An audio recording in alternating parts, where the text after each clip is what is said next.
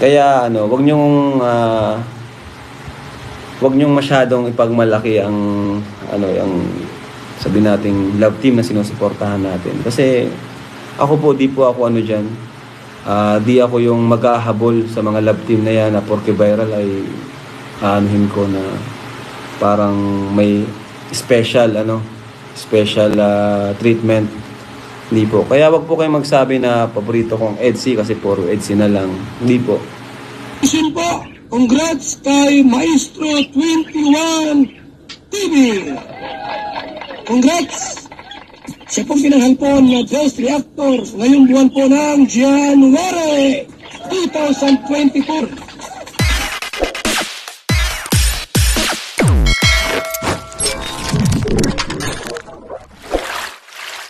Okay guys, isa na muli mapagpalang umaga, tanghali, gabi po sa inyo lahat.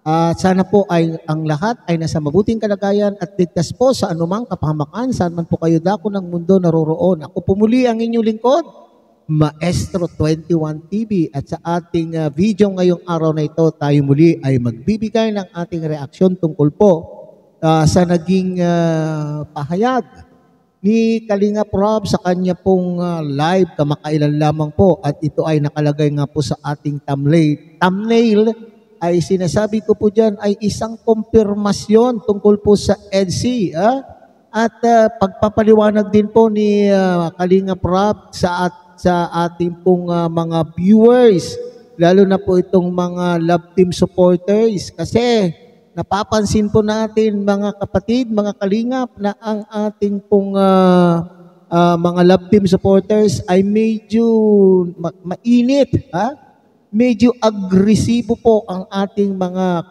love team viewers, at hindi ko naman po sinasabi na may inggitan po ang mga love team viewers, kundi yung parang may selosan na nagaganap. Okay? So, mayroong paliwanag po dyan tungkol po, may paliwanag po dyan si Kalinga Prab tungkol dyan. Wala pong pinapaboran na love team po si Kalinga Prab sapagkat siya po ang creator po ng mga love team. So, siyempre, lahat ng love team po ay kanya pong sinusuportahan at kanya pong minamahal. Okay? So, pare-pareho po ang ating mga love team.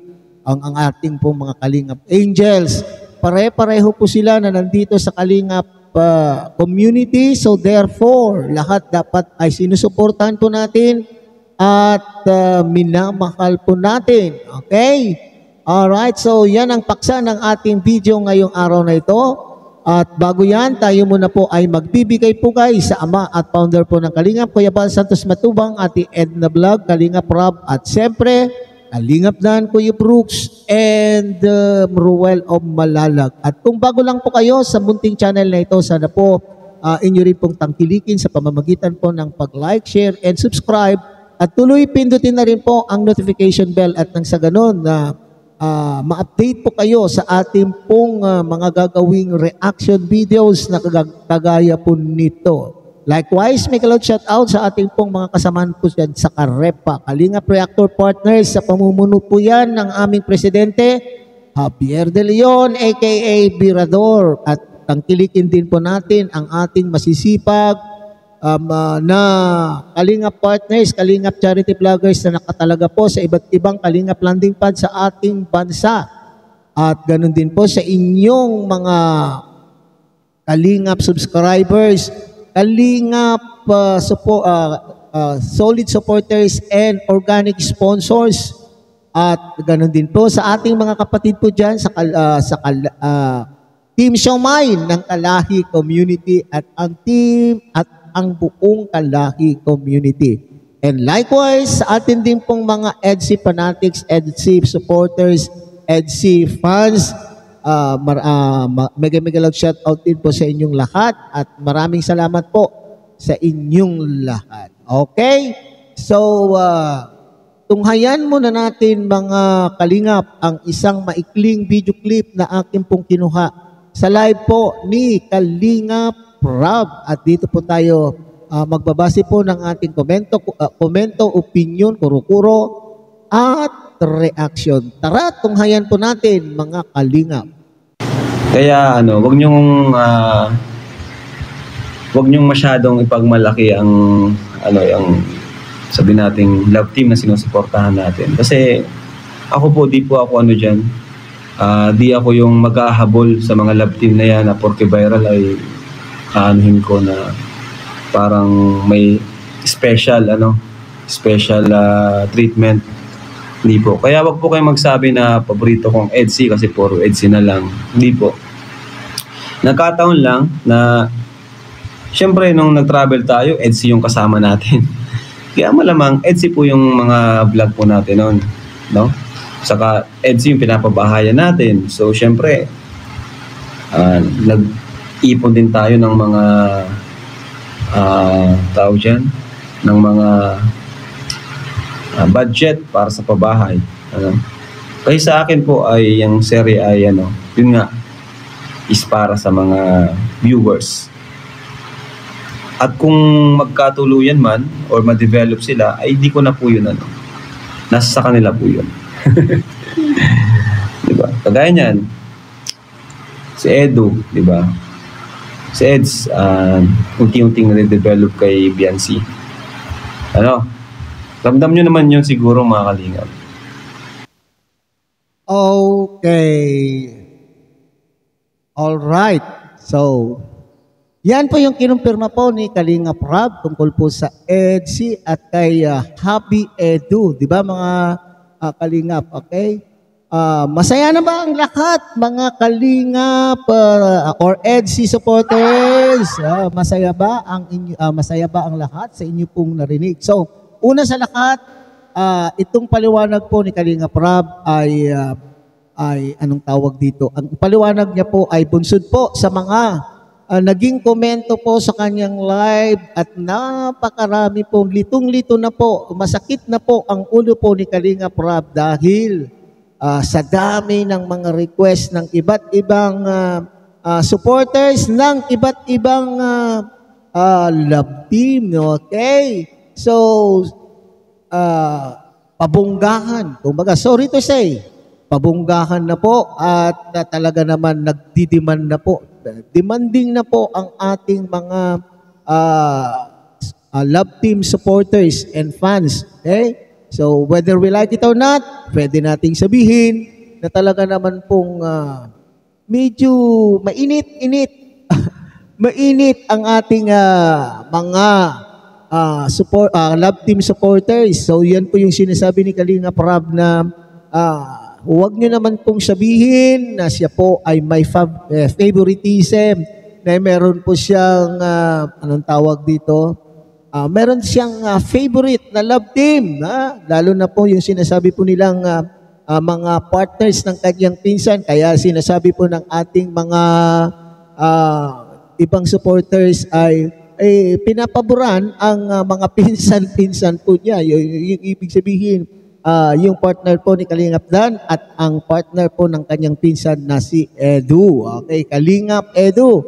Okay, so maliwanag po yan. Para lahat po ng love team dahil siya po ang nag-create, kung maaari atin pong suportahan at dahil ang kanyang nakukuha dito po sa mga love team na ito ay pinantutulong din po doon mismo sa mga beneficiaries. Dahil siya po ay nagpapabahay. Okay, huwag na po kayong magselos. Magkasya na po tayo doon sa kanyang konfirmasyon. Sa konfirmasyon po ni Kalingap Rob, nako po, totoo kaya ito? Totoo na kaya? Okay, so siguro naman sa lahat po ng EDSI fans, pati rin ng inyong lingkod, pag tayo po ay nanunood sa kanila pong vlog, sinasabi ko parati pag ako po ay may pagkakataon na magbigay ng reaction ay pag napapanood ko ay talaga naman pong iba na yung mga usapan ng kanila pong mga mata. Itong si YP ay medyo kampante na po kay Happy Edu. Kaya nakita naman po ninyo yung kanila pong outing dyan sa Cebu, di ba? Malapit na po at talaga naman pong nakakakilig. Okay.